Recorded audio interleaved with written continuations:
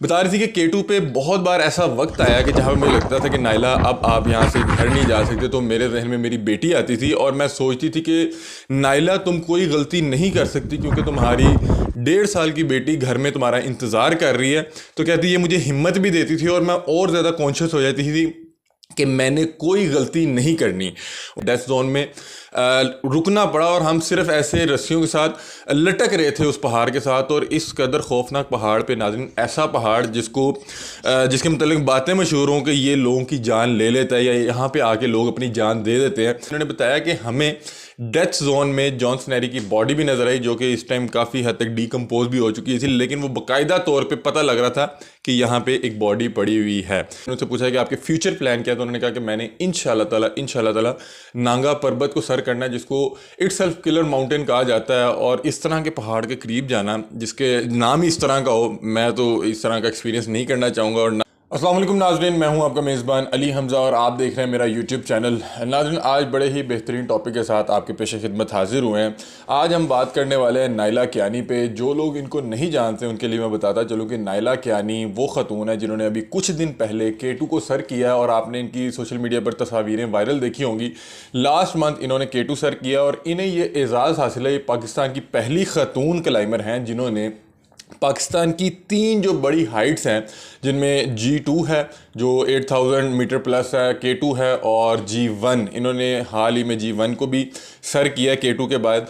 तो इन्हें ये एज़ाज़ हासिल है कि ये पाकिस्तान की पहली खतून है जिन्होंने 8000 मीटर प्लस जो हाइट्स हैं 3 उनको सर किया है। तो ये पाकिस्तान का बड़ा पॉजिटिव फेस है और वुमेन एम्पावरमेंट का पाकिस्तान में बड़ा ही पॉजिटिव फेस है। नाज़रीन, कल मुझे नाइला कियानी से मुलाकात करने का मौका मिला और इंटरव्यू करने का भी मौका मिला। तो जब मैंने इनकी कहानी सुनी तो कहानी इस कदर मोटिवेशनल थी, तो मैंने सोचा कि मैं अपने व्यूअर्स के साथ, अपने नाज़रीन के साथ इस बाहिम्मत खतून की कहानी शेयर करूँ, क्योंकि बहुत से हम जो इंसिडेंट हैं, बहुत से जो इस तरह के वाक़यात हो जाते हैं हम आपके साथ शेयर करते हैं। तो मैंने सोचा जो पाकिस्तान की एक पॉजिटिव फेस है, पॉजिटिव इमेज है, वो भी आपके साथ शेयर करें। तो नाइला कियानी से कल जब मैं मिलने गया तो बिहाइंड द कैमरा जब भी मैंने अपने ज़ाती इंटरेस्ट में बहुत से सवालात किए उनसे और फिर मैंने इंटरव्यू भी किया। आपके साथ इंटरव्यू भी शेयर करेंगे कुछ देर में।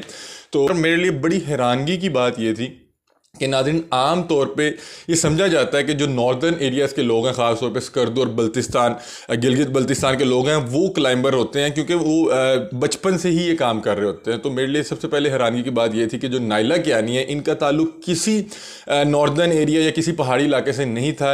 मैंने उनसे पूछा कि आप कहाँ से हैं, तो उन्होंने बताया कि मेरा ताल्लुक तो पंजाब से है और मेरा तो सारा बचपन और मैं ये रावलपिंडी की रिहायशी थी। और इससे भी हैरानगी की बात ये थी, उन्होंने कहा कि पिछले साल, 1 साल पहले मैंने दिल में आया और मैंने ठान ली कि यार मैंने जो बड़े बड़े पहाड़ हैं वो सर करना है। तो मैंने इसकी ट्रेनिंग शुरू कर दी और पिछले साल उन्होंने ये इरादा किया, फैसला किया और इस साल तक उन्होंने 3 जो 8000 मीटर प्लस हाइट्स हैं उनको सर कर लिया। मेरे लिए यकीन माने ये बात इस कदर हैरानगी की बात है क्योंकि नाज़रीन, नाइला के साथ एक और पाकिस्तानी खतून है जिन्होंने अभी K2 सर किया और उन्हें ये एज़ाज़ हासिल है कि उन्होंने माउंट एवरेस्ट भी सर किया हुआ है। तो उन्हें ट्रेनिंग करते तकरीबन 28 साल हो चुके हैं। वो 28 साल से इस शोबे में हैं और मुख्तलिफ जो पीक्स हैं उनको क्लाइम किया करती थी। और उन्होंने तकरीबन 28 साल बाद अपने जो बड़ी बड़ी हाइट्स हैं जिसमें माउंट एवरेस्ट है और K2 है उसे सर किया। लेकिन मेरे लिए वाकई हैरानी की बात थी कि यार नाइला कियानी जिन्होंने 1 साल पहले ये फैसला किया कि आज से मैंने फ़ैसला कर लिया कि मैंने पहाड़ सर करना, और उन्होंने 1 साल के अंदर अंदर पाकिस्तान की 3 जो बड़ी हाइट्स हैं उन्हें सर किया। उससे ज़्यादा अगर आपको हैरानगी की बात बताऊँ तो नाइला कियानी मैरिड थी और एक बच्ची की वालदा भी थी। बता रही थी कि मेरी बेटी की उम्र तकरीबन मेरा ख्याल है 1 या 1.5-2 साल की उनकी बेटी भी है। बता रही थी कि K2 पे बहुत बार ऐसा वक्त आया कि जहाँ मुझे लगता था कि नाइला अब आप यहाँ से घर नहीं जा सकते। तो मेरे जहन में मेरी बेटी आती थी और मैं सोचती थी कि नाइला तुम कोई गलती नहीं कर सकती क्योंकि तुम्हारी 1.5 साल की बेटी घर में तुम्हारा इंतज़ार कर रही है। तो कहती ये मुझे हिम्मत भी देती थी और मैं और ज़्यादा कॉन्शियस हो जाती थी कि मैंने कोई गलती नहीं करनी।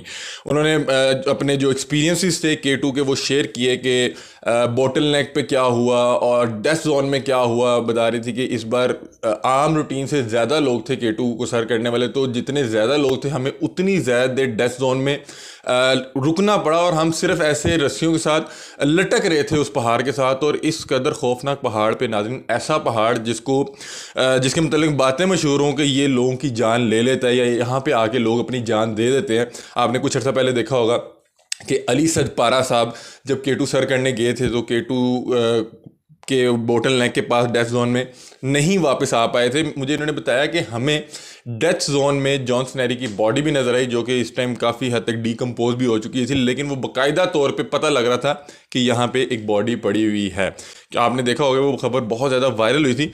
इस तरह के पहाड़ पे इतना वक्त गुजारना, और नाज़रीन ये ऐसा नहीं है कि आप पहाड़ पर गए और आपने को आधे घंटे 2-4 घंटे में सर किया। और आगे बता रही थी कि मैं 3 तारीख को गई थी बेस कैंप पे, और हम लोगों ने जो सबमिट किया वो 22 तारीख को किया। मतलब कि 18 दिन या 17 दिन ऐसे पहाड़ पे रहना जो जानलेवा है, जहाँ पे हालात इस कदर संगीन है, इस कदर जो मौसमी कैफियत है, इस कदर ठंड है, इस कदर ठंडा। बता रही थी कि अभी तक तकरीबन इस बात को 1 माह होने वाला जब उन्होंने K2 सर किया, कि अभी तक उनकी जो ये फिंगर्स के ये टिप्स होते हैं, कह रही थी कि ये सुनना मुझे नहीं पता लगता कि ये साथ हैं, मुझे कोई इस पर फील नहीं आ रही।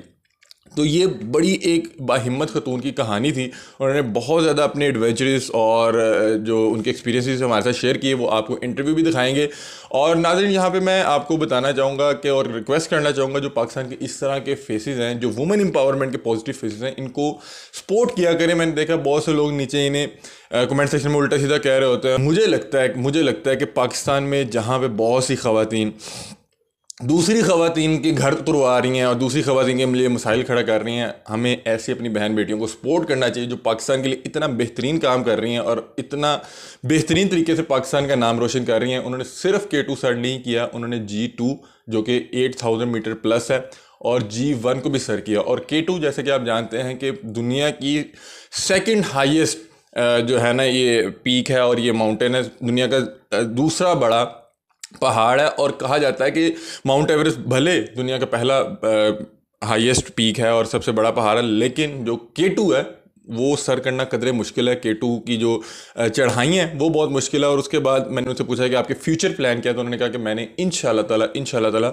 नांगा पर्वत को सर करना है, जिसको इटसेल्फ किलर माउंटेन कहा जाता है। और इस तरह के पहाड़ के करीब जाना जिसके नाम ही इस तरह का हो, मैं तो इस तरह का एक्सपीरियंस नहीं करना चाहूँगा और ना इस तरह का कोई हौसला करना चाहूँगा, लेकिन हिम्मत है उस खतून की। उन्होंने कहा कि मैं कुछ अरसे में इंशाल्लाह ताला नांगा पर्वत भी सर करूँगी और अपने मुल्क का नाम रोशन करूँगी इसी तरह से पॉजिटिव वे में। और लास्ट में आपको एक बात बताता चलूँ कि हमें जब ये क्लाइंबर्स को देखते हैं, हमें नहीं पता लगता कि ये कितना मुश्किल और कितना महंगा स्पोर्ट्स है। मुश्किल का तो पता लग रहा होता है कि एक मुश्किल स्पोर्ट्स है कि इस कदर ठंड में आपने इस कदर ऊंचाई पे पहाड़ पे लटके होना, लेकिन हमें ये नहीं पता था कि ये किस कदर महंगा स्पोर्ट है। जब मैंने उनसे पूछा कि इस पर कितना खर्चा आ जाता है या ये जो आपके गियर्स होते हैं कितने महंगे होते हैं, तो उन्होंने मुझे बताया कि जब मैंने लास्ट टाइम G2 को सबमिट किया था वो मैंने अपने खर्चे पे किया था और मेरा तकरीबन 30 लाख रुपया लग गया था।